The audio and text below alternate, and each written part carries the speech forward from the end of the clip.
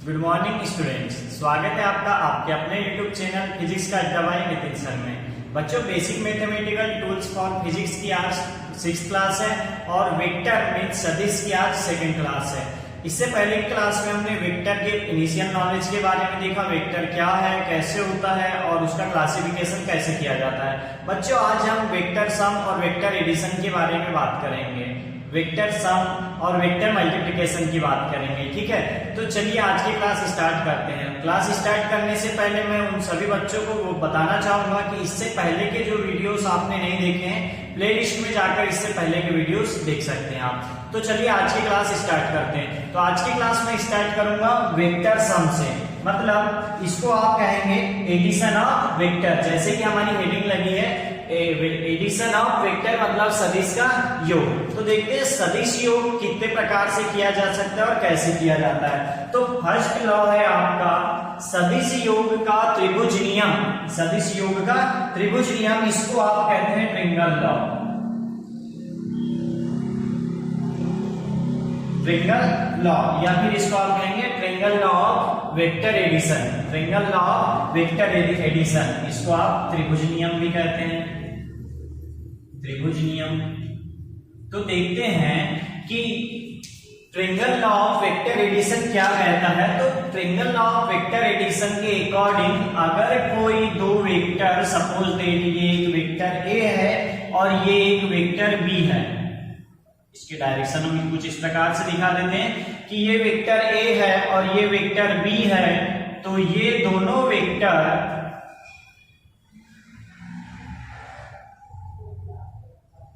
देखो, vector A और vector B मानकर चलते हैं कि ये दोनों वेक्टर कोई एक ट्रायंगल की दो साइड को शो कर रहे हैं। सपोज दैट ये एक है आपके पास ए और ये सेकंड है आपके पास बी।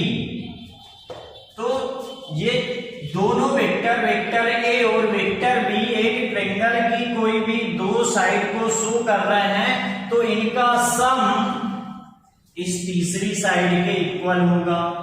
इनका सम इस तीसरी साइड के इक्वल होगा। इसको आप कुछ इस प्रकार से शो करेंगे, वेक्टर ए वेक्टर बी और दोनों का सम इस साइड पे इक्वल होगा। मतलब इसको आप नाम दे देंगे क्या, आर नाम दे दीजिए, कुछ भी नाम दे दीजिए, XYZ जो नाम देना है आप वो दे सकते हैं। तो वेक्टर सम का ट्रायंगल लॉ कहता है कि कोई भी दो वेक्टर, वेक्टर ए और वेक्टर बी ट्रायंगल की कोई दो साइड को शो करें तो इनका एडिशन तीसरी साइड के इक्वल होगा, इनका सम तीसरी साइड के इक्वल होगा। इसको आप लिख सकते हैं, इसको आप आर इक्वल लिख सकते हैं vector A plus vector B, vector A plus vector B, vector A plus vector B. तो देखिए यहां पे क्या होगा कि ये दो वेक्टर है, वेक्टर ए और वेक्टर बी, ये दोनों ट्रायंगल के त्रिभुज के कोई भी दो साइड को शो करें तो इनका सम तीसरी साइड के इक्वल होगा, vector A plus vector B equal R. इसमें एक कंडीशन याद रखना कि वेक्टर सम या फिर कहना चाहिए सदिश का योग हमेशा एक सदिश राशि मिलेगी। यहां पर आप ये दो वेक्टर्स, वेक्टर क्वांटिटीज का एडिशन करेंगे तो ये जो तीसरी क्वांटिटी मिलेगी ये भी हमेशा वेक्टर रहेगी। तो आप लोग लिख सकते हैं यहां पर कि कोई भी सदिश, कोई भी वेक्टर ए और बी एक ट्रायंगल के दो साइड को शो करें, दो भुजाओं को प्रदर्शित करें, तब उनका योग तीसरी भुजा के बराबर होगा, तब उनका सम थर्ड साइड के इक्वल होगा। ठीक है बच्चों, ये था आपका first triangle law of vector addition. इसका आप स्क्रीनशॉट कर लीजिए।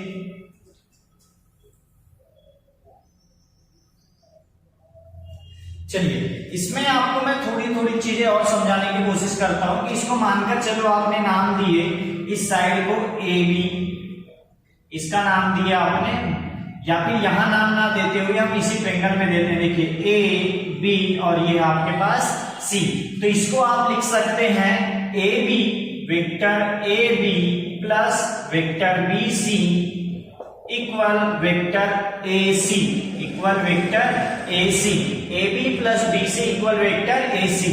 आप AC को ट्रांसफर करके लेके आएंगे तो AB plus BC minus AC equal क्या हो जाएगा आपके पास 0। आप इसको इस प्रकार से भी शो कर सकते हैं और नीचे दिए गए इसके अकॉर्डिंग भी आप शो कर सकते हैं। अब देखो यहाँ पे आप एक चीज देख रहे होंगे, वेक्टर ए की डायरेक्शन कुछ इस साइड है, हम अगर बोल्ड के हिसाब से बात करें तो लेफ्ट साइड में है। वेक्टर बी की डायरेक्शन ऊपर की साइड है, अप साइड पे है। देखो ये कुछ ऐसे जाके यूं जा रहा है, तो जो इनका जो रिजल्टेंट वेक्टर है इसकी डायरेक्शन इनके जस्ट अपोजिट है। जो रिजल्टेंट वेक्टर है इसकी डायरेक्शन जस्ट अपोजिट है। तो आप यहाँ ये भी लिख सकते हैं कि कोई भी दो वेक्टर का ट्रायंगल सम का रिजल्टेंट उसके अपोजिट डायरेक्शन में मिलता है। कोई भी दो वेक्टर का ट्रायंगल सम अपोजिट डायरेक्शन में मिलता है। चलिए इसका स्क्रीनशॉट कर लीजिए, फिर हम नेक्स्ट लॉ देखेंगे।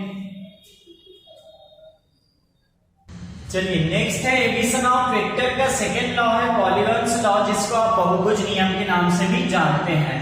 पॉलीगन्स लॉ बहुभुज नियम नाम से स्पष्ट है। बहुभुज जिसमें बहुत सारी भुजाएं रहे हैं, बहुत सारी साइड रहे। मानकर चलो आपके पास एक पॉलीगन्स दिया हुआ है, इसकी साइड ये 1 2 3, फिर से ड्रॉ करते हैं इसको, 1 2 3 4 और ये कुछ इस प्रकार से आपके पास इसकी 5 साइड दी हुई है। ठीक है, इसका मैं नाम दे दे रहा हूं A B C D और E। A B C D और E। तो देखते हैं इसमें सम कैसे होगा, इसका कहना चाहिए कि एडिशन कैसे होगा।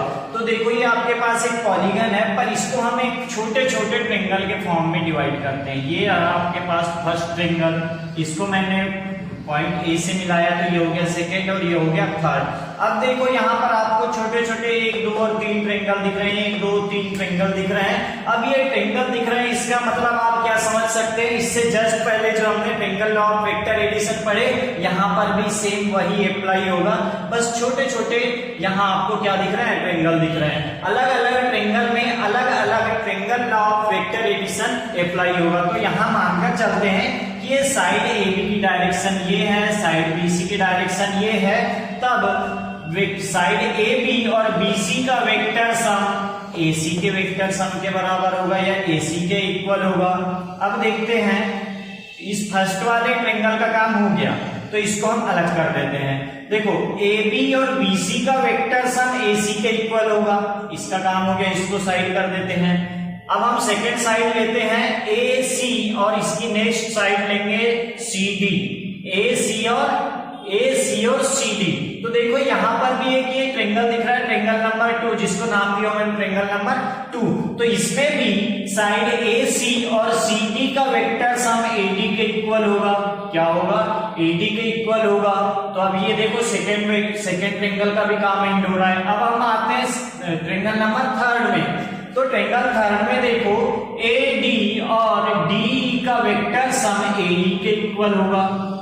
बोलो समझ आ रहा है, AD और DE का वेक्टर सम जो है वो AE के इक्वल होगा और ये आपको कुछ इस प्रकार से डायरेक्शन देगा। बताओ समझ आया। इसको आप लिख सकते हैं side AB plus BC equal AC first triangle के लिए। सेकेंड के लिए AC प्लस CD इक्वल लिख सकते हैं आप इसको AD। थर्ड नंबर के लिए आप लिख सकते हैं इसको AD प्लस DE इक्वल लिख सकते हैं आप इसको AE। देखो जो पॉलीगन्स लॉ है, बहुभुज नियम जो है, इसमें आपको छोटे छोटे ट्रायंगल के फॉर्म में ये आपको ट्रायंगल लॉ की याद दिला रहा है। तो फर्स्ट है आपका triangle law of vector addition और triangle law of polygons law, sorry addition of vector या फिर polygon law of addition of vector. तो पॉलीगन लॉ और ट्रायंगल लॉ ये दोनों एक दूसरे के, कहना चाहिए कि एक दूसरे के जैसे ही हैं। तो इस पे समझने के लिए आप ट्रायंगल लॉ समझ लीजिए तो पॉलीगन्स लॉ भी समझ आ जाएगा। ठीक है बच्चों, इसका आप स्क्रीनशॉट कर लीजिए। चलिए बच्चों, हम अब एडिशन ऑफ वेक्टर सदिश योग का थर्ड लॉ पढ़ेंगे और थर्ड लॉ को पैरेललोग्राम लॉ के नाम से भी जानते हैं, पैरेललोग्राम लॉ। इसको आप हिंदी में समांतर चतुर्भुज नियम के नाम से जानते हैं, समांतर चतुर्भुज नियम। ठीक है, देखते हैं समांतर चतुर्भुज नियम क्या कहता है। तो समांतर चतुर्भुज नियम या पैरेललोग्राम लॉ के अकॉर्डिंग यदि कोई भी दो वेक्टर हम मानकर चलते हैं vector A plus vector B, कोई भी दो वेक्टर एक पैरेललोग्राम की दो एडजेंट साइड के फॉर्म में थीटा एंगल पर रहे, किस एंगल पर रहे, थीटा एंगल पर रहे। ये देखो मानकर चलो ये आपके पास एक साइड है और ये आपके पास सेकंड साइड है और ये एक दूसरे से थीटा एंगल पर है। कोई भी दो वेक्टर, इसको नाम दे देते हैं हम वेक्टर ए और इसका नाम दे देते हैं हम वेक्टर बी और इसको एक पैरेललोग्राम के फॉर्म में बना लेते हैं। तो ये है आपका पैरेललोग्राम। तो वेक्टर ए और वेक्टर बी एक दूसरे से थीटा एंगल पर एक पैरेललोग्राम के एडजेंट साइड आसन्न भुजा के रूप में रहे, तब इनका रिजल्टेंट वेक्टर सम इस पैरेललोग्राम के डायगोनल के फॉर्म में दिया जाएगा। किस फॉर्म में दिया जाएगा, इसके डायगोनल के फॉर्म में दिया जाएगा। ये देखो ये रहा इसका डायगोनल, तब वेक्टर ए और वेक्टर बी का सम इसके डायगोनल के फॉर्म में दिया जाएगा। और मान के चलो कि इस डायगोनल को हम आर के फॉर्म में लिए हैं या इस डायगोनल के का नाम हमने आर लिए हैं, तब इस आर की वैल्यू आर इक्वल हो जाएगा आपके पास R equal under root A square plus B square plus 2ab cos theta. देखिए क्या रहेगा, R equal under root A square plus B square plus 2ab cos theta. यहाँ पर थीटा ये वाले एंगल की वैल्यू है। देखो मैंने फिर से बोला कि कोई भी दो वेक्टर ए और बी, वेक्टर ए और वेक्टर बी एक दूसरे से थीटा एंगल पर रहे या एक दूसरे से पैरेललोग्राम की एडजेंट साइड में थीटा एंगल से रहे, तब उनका रिजल्टेंट वेक्टर या वेक्टर एडिशन उस पैरेललोग्राम के डायगोनल के फॉर्म में दिया जाएगा और इसका रिजल्टेंट होता है R equal under root A square plus B square plus 2ab cos theta. मानकर चलते हैं कि ये जो डायगोनल है, ये जो आर है, ये इस वेक्टर ए से अल्फा एंगल पर है। कितने एंगल पर है, अल्फा एंगल पर है। तब इस डायगोनल की डायरेक्शन tan अल्फा से शो होगी और tan अल्फा इक्वल होगा b sin theta upon tan alpha equal होगा b sin theta upon a plus b cos theta, a plus b cos theta. बोलो समझ आ रहा है यहां तक। रिजल्टेंट r इक्वल होगा आपका under root A square plus B square plus 2ab cos theta और इसकी जो डायरेक्शन है r की, ये tan अल्फा से शो होगी और tan अल्फा इक्वल होगा b sin theta upon a plus b cos theta. tan alpha equal क्या होगा आपका b sin theta upon a plus b cos theta. बोलो समझ आ रहा है इतना। इसका एक बार स्क्रीनशॉट ले लीजिए, फिर हम इसको प्रूफ करके बताएंगे कि r इक्वल ये कैसे होता है, tan अल्फा इक्वल ये कैसे होता है। ठीक है, इसका स्क्रीनशॉट कर लीजिए।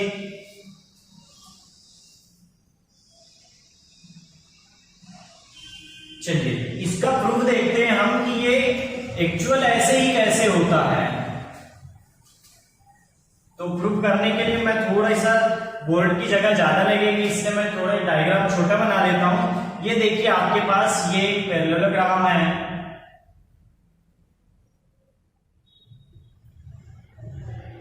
ये रहा आपके पास एक पैरेललोग्राम। इसका नाम दे देते हम ए बी सी डी। मैंने बोला कि कोई भी दो वेक्टर ए और वेक्टर बी एक दूसरे से किस डिग्री पर है, थीटा डिग्री पर है। देखो ये आपकी साइड ए बी है और side A B vector A है, तो जो डीसी है ये भी क्या रहेगा, ए रहेगा। एडी वेक्टर बी है तो बीसी भी क्या रहेगा, वेक्टर बी रहेगा। बोलो यहां तक समझ आया। चलो आगे चलते हैं। मैंने बोला कि दोनों का रिजल्टेंट इसके डायगोनल के फॉर्म में मिलेगा। मिलेगा। तो ये रहा है इसका डायगोनल कुछ इस प्रकार से, और इसकी डायरेक्शन ये रहेगी, और इसको नाम हमने क्या दिए, आर। मानकर चलते हैं कि ये जो डायगोनल आर है ये वेक्टर ए से अल्फा एंगल पर है। डायगोनल आर वेक्टर ए से अल्फा एंगल पर है। इस कंडीशन में अब हम करेंगे कि साइड ए बी को थोड़ा सा आगे लेकर जाएंगे और सी को नीचे के साइड मिला देंगे। ठीक है, अब देखो यहां पर एक राइट एंगल ट्रायंगल बन रहा है। क्या बन रहा है? Right angle triangle. और इस पॉइंट को नाम दे देते हैं हम ई। इस पॉइंट का नाम क्या दे देते हैं? ई। तो देखो ए बी सी डी एक पैरेललोग्राम है। साइड ए बी को थोड़ा आगे की साइड बढ़ाए और सी को हमने नीचे की साइड लाए, तो ये हमको पॉइंट ई पर क्रॉस करते हुए दिख रहा है, और पॉइंट ई पर एक राइट एंगल ट्रायंगल बन रहा है। ये है आपका 90 डिग्री।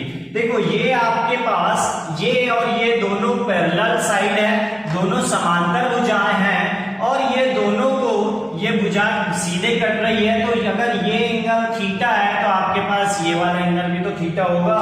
ये एंगल थीटा है तो ये एंगल भी थीटा होगा। या इसको आप ऐसे समझ सकते हैं कि दो पैरेलल साइड को, दो समांतर भुजाओं को एक ही लाइन क्रॉस कर रही है, एक ही लाइन काट रही है, इसलिए ये एंगल थीटा है तो ये एंगल भी थीटा होगा। बोलो यहां तक समझ आया? चलिए अब हम देख रहे हैं कि R equal under root A square plus B square plus 2ab cos theta कैसे आएगा। तो इसको समझने के लिए इसका प्रूफ देखते हैं हम। यहां पर लिख देता हूं प्रूफ। ठीक है, चलिए इसको समझते हैं। तो आपके पास ट्रायंगल ए सी ई और बी दिख रहा है आपके पास। ट्रायंगल सी ई बी या बी ई सी, कोई भी बात करो आप। तो ट्रायंगल बी ई सी से, या आप लिख सकते हैं इन ट्रायंगल बी ई सी। ठीक है, इस पे आप देखिए क्या देख रहे हैं आप कि इस ट्रायंगल में आपको लेना है साइन थीटा। क्या लेंगे आप? Sign theta. और साइन थीटा इक्वल क्या होता है? ये हमारा थीटा है, तो थीटा इक्वल होता है perpendicular upon hypotenuse. Perpendicular upon hypotenuse, आपका परपेंडिकुलर है सीई और हाइपोटेनियस है बीसी।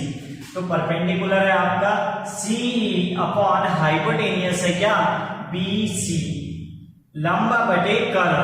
तो यहां से आप इसकी कहना चाहिए इसका ट्रांसफर करके लेके आएंगे, तो सी इक्वल हो जाएगा आपके पास BC. C equal BC sine theta, BC sine theta, और बीसी की वैल्यू क्या है आपके पास? बी। तो सी इक्वल क्या हो गया? B sine theta.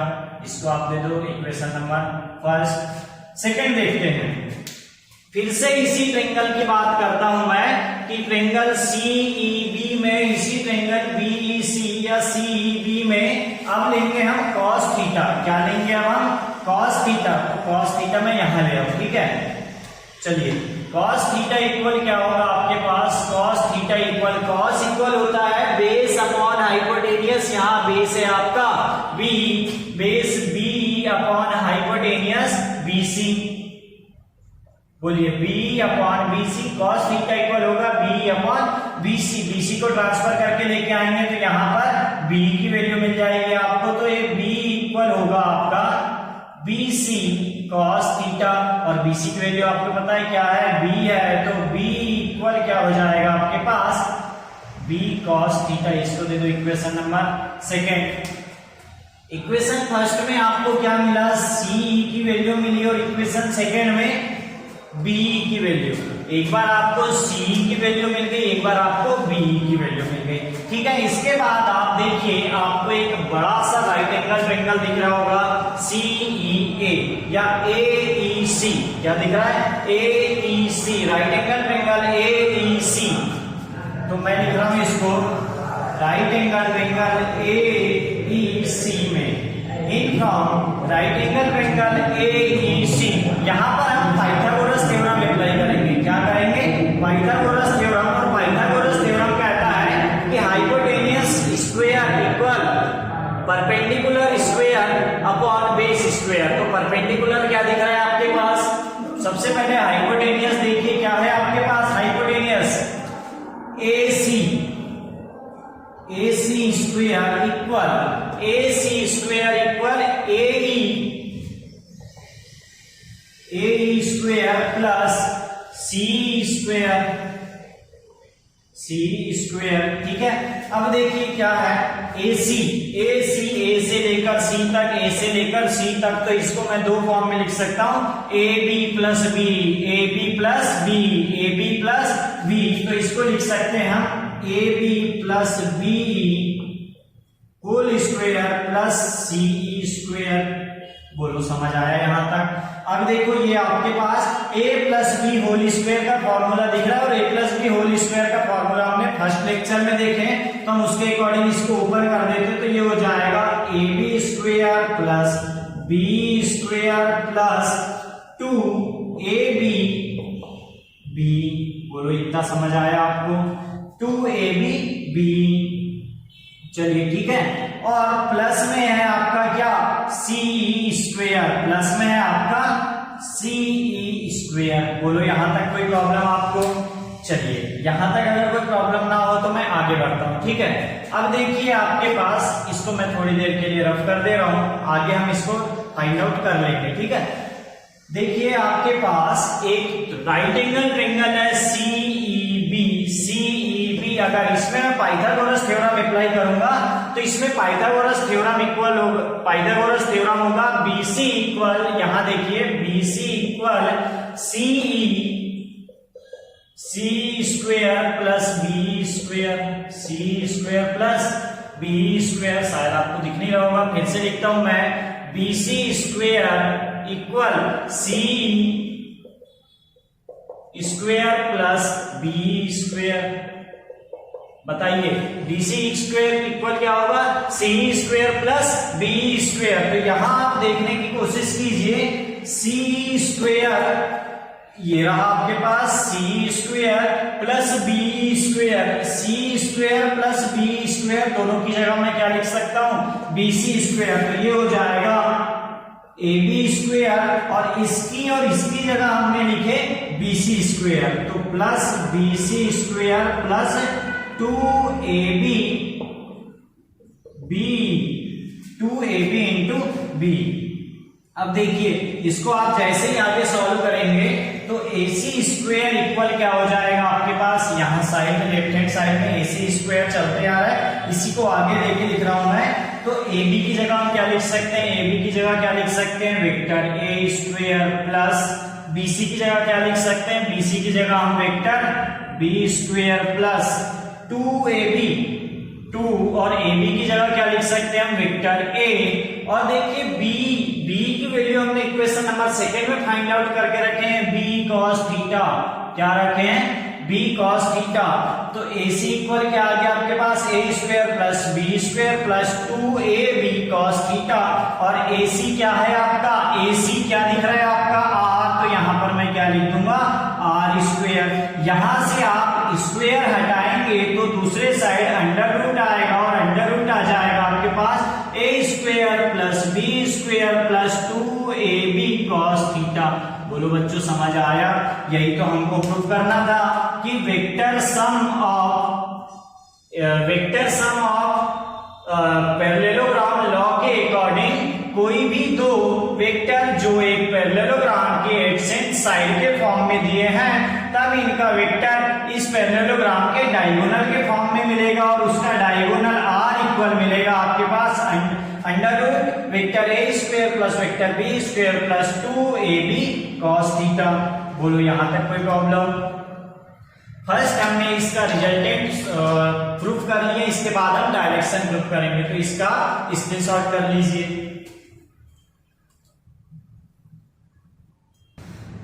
चलिए इसके बाद हम बात करेंगे जो रिजल्टेंट वेक्टर आ रहा है, वेक्टर R, इसकी डायरेक्शन कैसे बताना है। तो इसकी डायरेक्शन के लिए देखो आपके पास एक बड़ा सा राइट एंगल ट्रायंगल दिख रहा है, triangle AEC,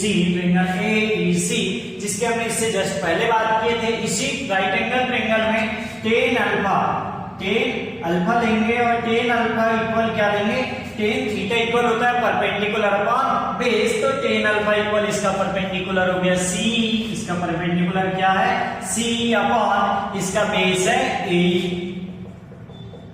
tan alpha equal C upon A, C upon A, और ए को हम लिख सकते हैं ए बी प्लस बी, तो सी अपॉन ए को लिख सकते हैं ए बी प्लस बी, और इससे जस्ट ऊपर देखो आपके पास वैल्यूज दी हुई है, सी की वैल्यू इक्वेशन नंबर फर्स्ट में बी साइन थीटा, तो इसको लिख सकते हैं हम B sine theta upon A B की वैल्यू है आपके पास ए प्लस बी की वैल्यू इक्वेशन नंबर सेकेंड से बी कॉस थीटा, तो ये हो जाएगा क्या बी कॉस थीटा।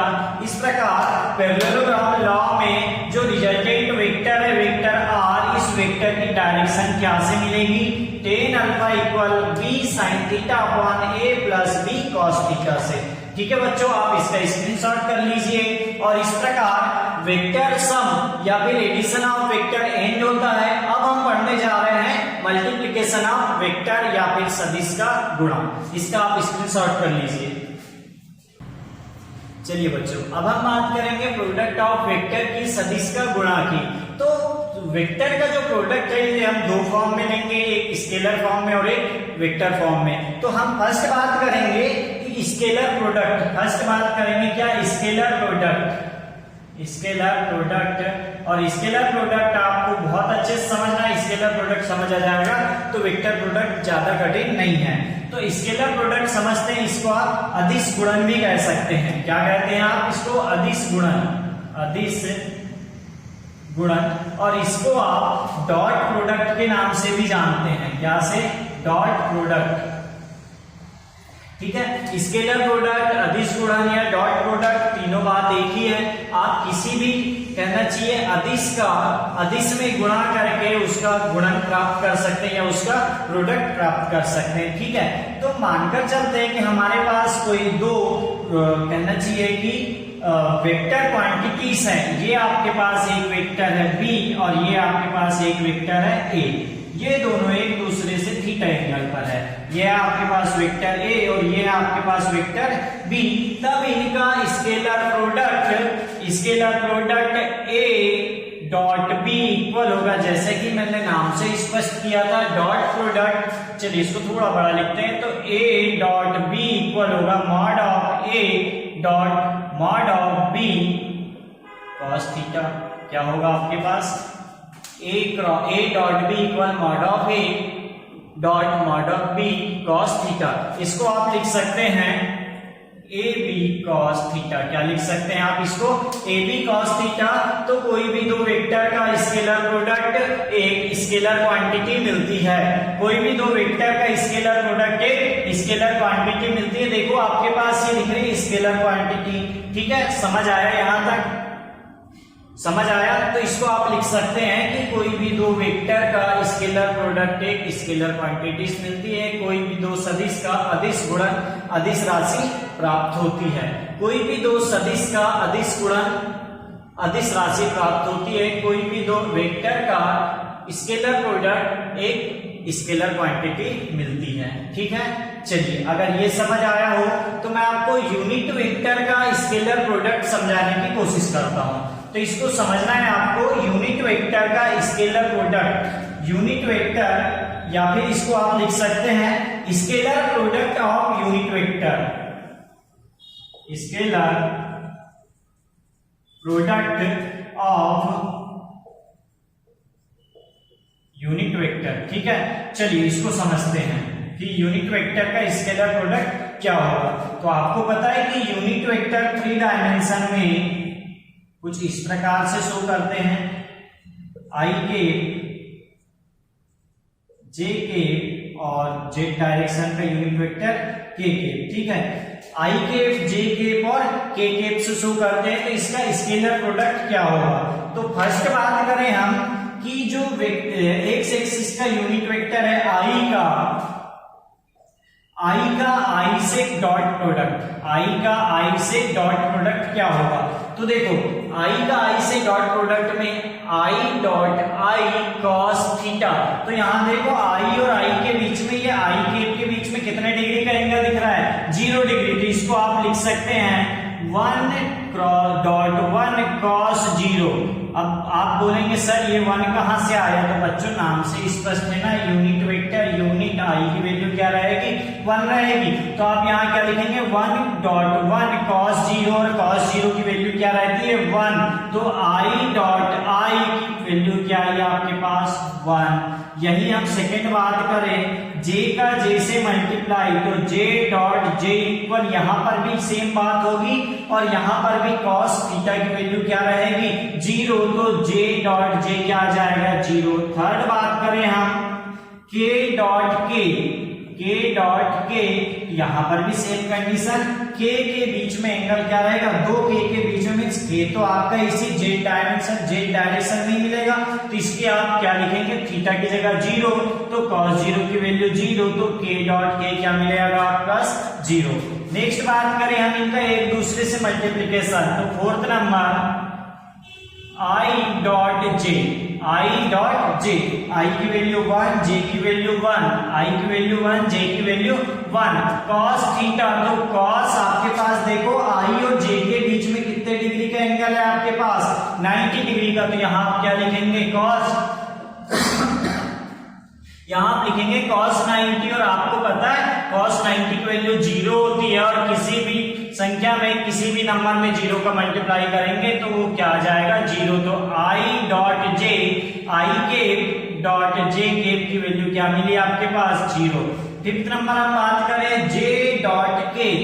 j.k, इसमें भी देखो यहाँ पर भी थीटा 90 डिग्री है, ये आपके पास 90 डिग्री है, तो यहाँ पर भी cos 90 लिखेंगे और cos 90 की वैल्यू 0, तो इसकी वैल्यू भी 0।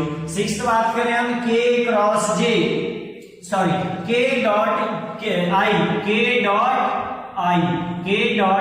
और इसमें भी यहाँ पर भी आपके पास देखो 90 डिग्री का एंगल है और यहाँ पर भी cos 90 लेंगे और cos 90 की वैल्यू 0। तो देखो यूनिट वेक्टर का स्केलर प्रोडक्ट से उस यूनिट वेक्टर का उसी में मल्टीप्लाई करो या स्वयं में मल्टीप्लाई करो तो 1 मिलेगा और किसी दूसरे से करोगे तो क्या मिलेगा 0। तो इसको आप नोट में लिख सकते हैं कि scalar product of unit vector में जो यूनिट वेक्टर है यूनिट वेक्टर का स्वयं से गुणा करने पर 1 मिलता है और किसी और यूनिट वेक्टर से गुणा करने पर 0 मिलता है। स्वयं का गुणा करने पर 1 और किसी और से गुणा करने पर 0 मिलता है। तो बोलो बच्चों प्रोडक्ट ऑफ वेक्टर का फर्स्ट रूल है आपका स्केलर प्रोडक्ट डॉट प्रोडक्ट, या इसी को आप अदिश गुणन कहते हैं। ये समझ आया। इसमें देखिए बहुत इंपॉर्टेंट चीज मिलेगी, डॉट हटेगा तो cos थीटा लगेगा या cos हटेगा तो डॉट लगेगा। इसका यूज हम 11th क्लास में करेंगे और 12th क्लास में करेंगे। मैं जब भी आपसे बोलूंगा कि यहां से डॉट हटाओ बच्चों तो आप वहां क्या लगा देंगे cos थीटा, या फिर दूसरी चीज बोलूंगा cos हटाओ तो वहां क्या लगा देंगे आप डॉट हटेगा cos लगेगा, cos हटेगा डॉट लगेगा। ठीक है, तो फर्स्ट लॉ था आपका स्केलर प्रोडक्ट ऑफ वेक्टर। तो स्केलर प्रोडक्ट ऑफ वेक्टर क्या है आपके पास a dot b equal a b cos theta. इसी का आप यूनिट वेक्टर में देखें तो स्वयं का स्वयं से गुणा 1 होता है और किसी भी यूनिट वेक्टर का अगले यूनिट वेक्टर से गुणा 0 होता है। आप इसका स्क्रीनशॉट ले लीजिए, फिर इसके बाद इसका एक छोटा सा एग्जांपल लेंगे हम।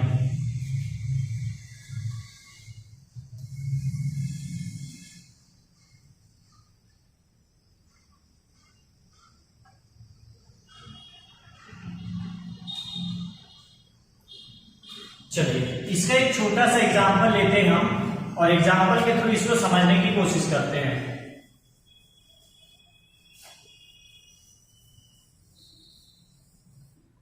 तो एग्जांपल है आपका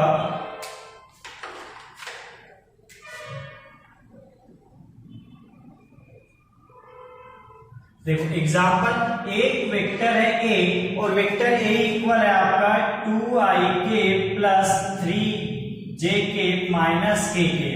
ठीक है, और वही वेक्टर है b और वेक्टर b है आपके पास ik plus 4jk plus 3kk। इनका डॉट प्रोडक्ट होगा आपके पास a डॉट b। क्या होगा आपके पास a डॉट b, और a डॉट b आप ऐसे लिखेंगे 2ik plus 3jk minus kk एक ब्रैकेट में डॉट, दूसरे ब्रैकेट में आई के प्लस 4 जे के प्लस 3 के। बोलो बच्चों यहां तक समझ आया? अब देखो वैसे तो इसका एक पूरे के पूरे से मल्टीप्लिकेशन होगा, इट मींस 2i का एक बार तीनों से होगा, 3j का एक बार तीनों से होगा, k का तीनों से होगा।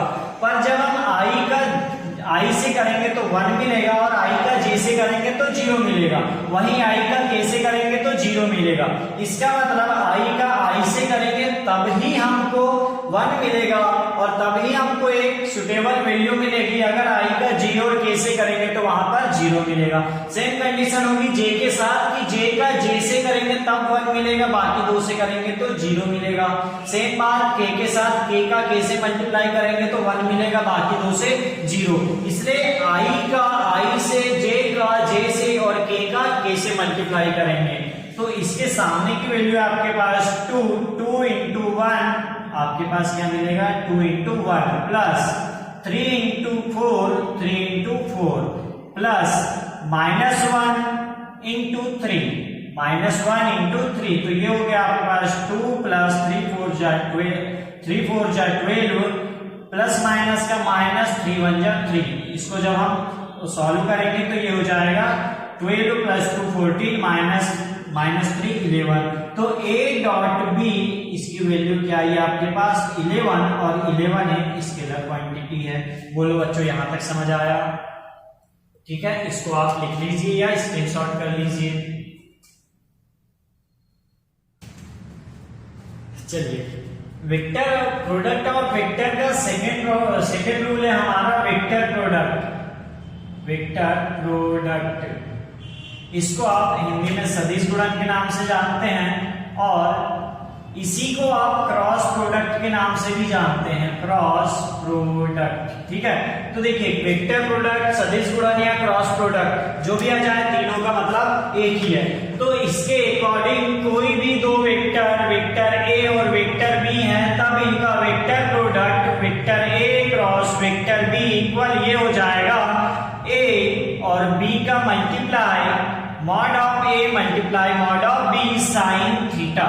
क्या हो जाएगा साइन थीटा। यहां पर थीटा वेक्टर ए और वेक्टर बी के बीच का एंगल है। ठीक है, तो वेक्टर ए और बी का वेक्टर प्रोडक्ट या क्रॉस गुणन या क्रॉस प्रोडक्ट या सदिश गुणन दोनों वेक्टर के मल्टीप्लाई और साइन थीटा के इक्वल होगा। तो इसको आप लिख सकते हैं ए बी साइन थीटा। क्या लिख सकते हैं ए बी साइन थीटा और इसी को आप एन केप लगाकर इसको सदिश के रूप में या वेक्टर के रूप में दिखा सकते हैं। यहां पर एन केप की वैल्यू 1 होगी, इसको आप यूनिट वेक्टर भी कह सकते हैं। आप इसको यहां पर लगाएं या ना लगाएं बात एक ही है। तो ए क्रॉस बी इक्वल क्या होगा A B sine theta, A B sine theta. ठीक है, बोलो बच्चों समझ आया यहां तक? अब हम बात करेंगे कि यूनिट वेक्टर का वेक्टर प्रोडक्ट क्या होता है। यूनिट वेक्टर का वेक्टर प्रोडक्ट क्या होता है, तो इसको हम लिख सकते हैं क्रॉस प्रोडक्ट या वेक्टर प्रोडक्ट। मैं इसको क्रॉस प्रोडक्ट लिखता हूं। ठीक है, तो cross product of unit vector, cross product of unit vector.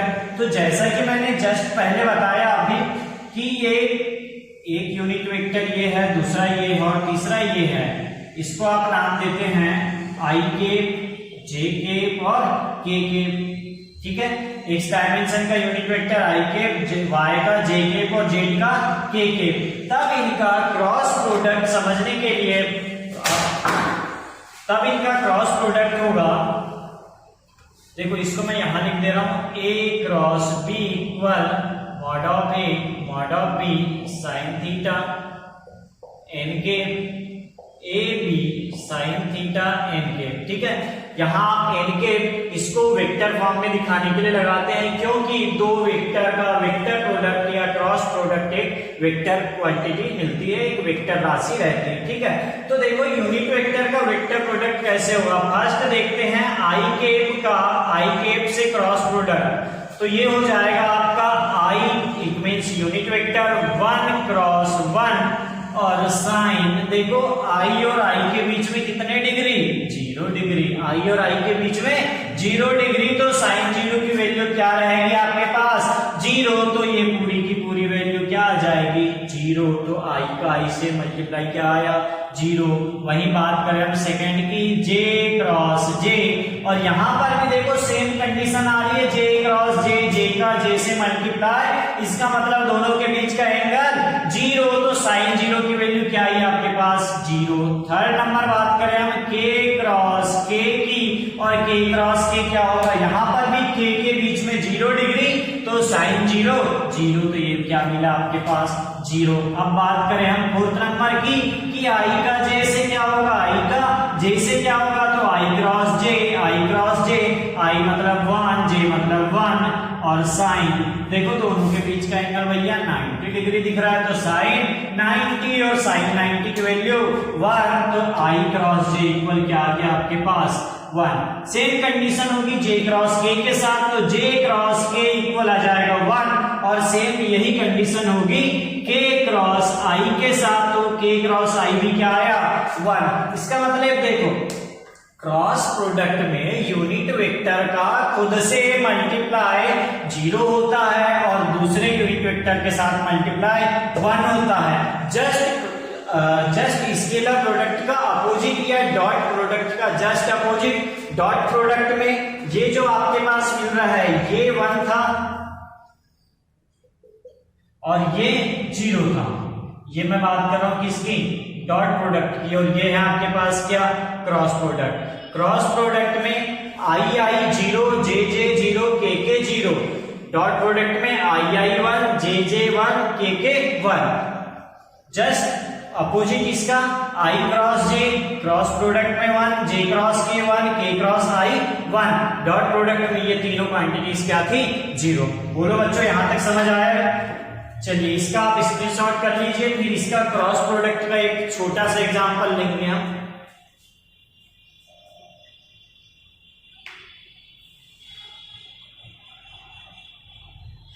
चलिए इसका भी एक एग्जांपल लेते हैं और एग्जांपल के थ्रू इसको समझने की कोशिश करते हैं। एग्जांपल से आपको बहुत अच्छे से समझ आ जाएगा। चलिए बच्चों अब हम क्रॉस प्रोडक्ट का एक एग्जांपल देखते हैं। तो एग्जांपल के तौर पर हम लेते हैं कि एक वेक्टर a है और वेक्टर b इक्वल है आपके पास 2i plus 3j plus 2k, और सेकेंड वेक्टर है आपके पास vector b equal i plus 2j plus 3k। ठीक है, तो इनका वेक्टर या फिर वेक्टर प्रोडक्ट क्रॉस प्रोडक्ट कैसे होगा, तो ये होगा vector a cross vector b, और इसको वेक्टर प्रोडक्ट फाइंड आउट करने के लिए इसको हम एक सारणी के फॉर्म में लिखेंगे। ठीक है, डिटरमाइन के फॉर्म में लिखेंगे और इसके अंदर लिखेंगे i के j के k के, और इसके मल्टीपल को अलग अलग लिखेंगे 2 3 2, नीचे इसका b का है 1 2 3। ठीक है, अब इसका हम क्रॉस प्रोडक्ट लेंगे। तो इसका क्रॉस प्रोडक्ट लेने के लिए i का क्रॉस प्रोडक्ट के लिए i वाली रो और i वाले कॉलम को छोड़ देते हैं, बाकी बचे हुए का मल्टीप्लाई करेंगे। ठीक है, तो i का मल्टीप्लाई के लिए या i का क्रॉस प्रोडक्ट के लिए i वाली रो और i वाले कॉलम को हम छोड़ देंगे और इसके बाद बचे हुए का मल्टीप्लाई करेंगे। तो 3 का 3 से multiply 3 into 3 plus minus 3 into 3 minus 2 into 2। बोलो इतना समझ आया, इंटू i के माइनस। अब हम बात करें j की, तो j के लिए j के कॉलम और j के रो को छोड़ देंगे और बाकी बचे हुए का मल्टीप्लाई करेंगे। तो j वाला रो j वाला कॉलम छोड़ देंगे, 2 का मल्टीप्लाई 3 से 2 मल्टीप्लाई 3 माइनस 1 का 2 से 1 मल्टीप्लाई 2 और ब्रैकेट के अंदर और बाहर j के प्लस। अब k के लिए तो k के साथ k का क्रॉस मल्टीप्लाई करें, k वाले रो और k वाले कॉलम को छोड़ेंगे, बचे हुए का मल्टीप्लाई करेंगे। तो 2 मल्टीप्लाई 2 2 इंटू 2, देखो 2 इंटू 2 माइनस 3 इंटू 1 और बाहर ब्रैकेट के k। अब इसको सॉल्व करेंगे तो ये हो जाएगा 3 इंटू 3 9 माइनस 4, ये हो जाएगा 5i के। 3 इंटू 3 9 माइनस 2 इंटू 2 4, तो ये हो जाएगा 5i के माइनस 2 इंटू 3 2 इंटू 3 6 और माइनस 2, तो 6 minus 2 4 jk plus 2 into 2 4 minus 3 into 1 3, तो 4 में से 4 minus 3 1, तो 1 into k, तो इसको हम सीधे k ही लिख सकते हैं। तो a क्रॉस b इक्वल क्या है आपके पास 5 pi minus 4j plus k। अब आपको कुछ याद आ रहा होगा तो मैं बताऊं कि जब हमने डॉट प्रोडक्ट फाइंड आउट किए थे तो डॉट प्रोडक्ट में हमको एक स्केलर क्वांटिटी मिली थी। क्या मिली थी? Scalar quantity. और क्रॉस प्रोडक्ट में क्या मिली हमको? Vector quantity. तो देखो अब यहाँ पर समझने वाली चीज ये है कि कोई भी दो वेक्टर का स्केलर प्रोडक्ट स्केलर मिलता है और वेक्टर प्रोडक्ट वेक्टर क्वांटिटी मिलती है। स्केलर प्रोडक्ट स्केलर क्वांटिटी और वेक्टर प्रोडक्ट वेक्टर क्वांटिटी। ठीक है बच्चों, इसका आप स्क्रीनशॉट कर लीजिए। चलिए, ये था आपके पास क्रॉस प्रोडक्ट का एक एग्जांपल। इससे जस्ट पहले हमने डॉट प्रोडक्ट का एक एग्जांपल पढ़ा था। आशा करता हूं आपको वेक्टर का ये जो कल और आज वाली जो हमारी सीरीज थी आपको समझ आई होगी। इसके बाद हम कैलकुलस पढ़ने वाले हैं। तो अब तक के जिन भी बच्चों ने प्रीवियस क्लासेस नहीं देखे हैं वे लोग प्लेलिस्ट में जाकर बेसिक मैथमेटिकल टूल सर्च कर आप ये वीडियोस देख सकते हैं। ये जो हमारी सीरीज है बेसिक मैथमेटिकल टूल, ये फिजिक्स में जो इंपॉर्टेंट फॉर्मूलास रहते हैं उसी को लेकर है। आप लोग बेसिक मैथमेटिकल टूल में जो भी आप पढ़ रहे हैं अलजेब्रा, ट्रिग्नोमेट्री, कैलकुलस, जियोमेट्री, ये सब आप या वेक्टर का है, ये सब आप मैथ स्ट्रीम वाले स्टूडेंट मैथ सब्जेक्ट में इंडिविजुअल अलग अलग चैप्टर के फॉर्म में पढ़ेंगे। पर यहाँ पर हम फिजिक्स में जो फॉर्मूलास लर्न करना है, फिजिक्स में जो फॉर्मूला लगेंगे हम उन्हीं की बात करेंगे। ठीक है, तो इस प्रकार आज की क्लास हम यही वाइंड अप करते हैं। मिलते हैं नेक्स्ट क्लास में, तब तक अपना ध्यान रखिए।